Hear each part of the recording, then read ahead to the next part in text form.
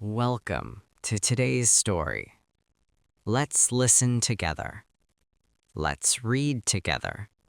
Let's learn together. Today's story is The City of Forgotten Dreams. It was a city where memories lingered in the air like a faint perfume. Streets twisted and turned without any clear pattern, and buildings, old and new, stood side by side, telling stories that nobody cared to hear.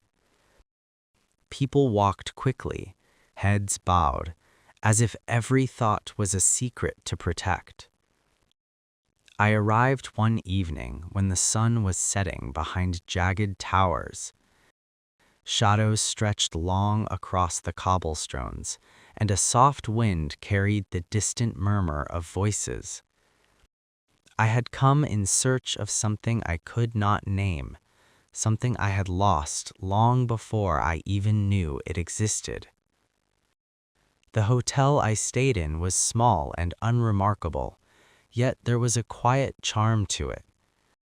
The receptionist, a woman with eyes like storm clouds, did not ask many questions. She handed me the key, and in the brief moment our hands touched, I felt as if the city itself had acknowledged my presence.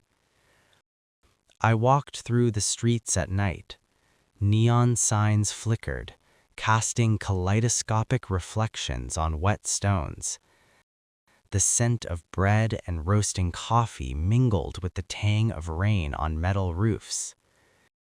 In a small alley, I found a cafe that seemed to exist outside of time. Inside, the air was thick with the smell of old books and burnt sugar. A pianist played softly in the corner, each note trembling like a whisper. I sat alone, observing. Conversations swirled around me, some loud, some hushed. One man spoke of a city he had never left, another of a love he had lost decades ago. I began to realize that this place was a refuge for people who carried invisible burdens. Every visitor brought their own shadow, their own echo of forgotten dreams. Days passed and I wandered, allowing the city to unfold its secrets. I discovered a library hidden behind an unmarked door, where manuscripts lay scattered, some unfinished, others abandoned. Each page seemed to murmur, "Remember me."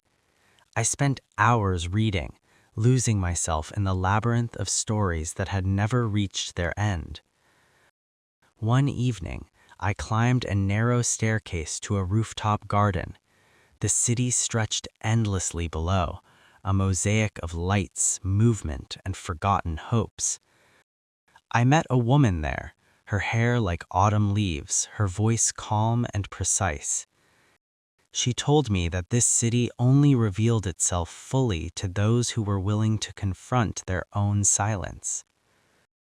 You are here because you carry something unspoken, and perhaps you will leave carrying it differently.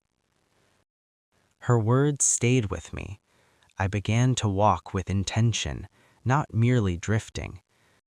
I sought out the hidden courtyards, the narrow bridges, the quiet alcoves where the city whispered. Each discovery, each encounter, made the weight in my chest lighter, even as the shadows deepened. Weeks went by. I no longer felt like a visitor, yet I was not entirely a resident. I was suspended between moments, between memory and reality, learning to navigate the delicate balance. I understood that the city did not exist to trap anyone. It existed to reflect what they had carried all along. On my last night, I stood on the same rooftop garden. The lights of the city shimmered like a sea of fireflies. I breathed deeply, feeling a strange calm. I realized that the dreams I had thought lost were never gone. They had been waiting for me to notice them in new ways. I left at dawn. The streets were quiet, the wind soft. Behind me, the city seemed to exhale, and I knew that its stories would continue, as would mine, forever intertwined with its shadows and light. End of story. But see you next story.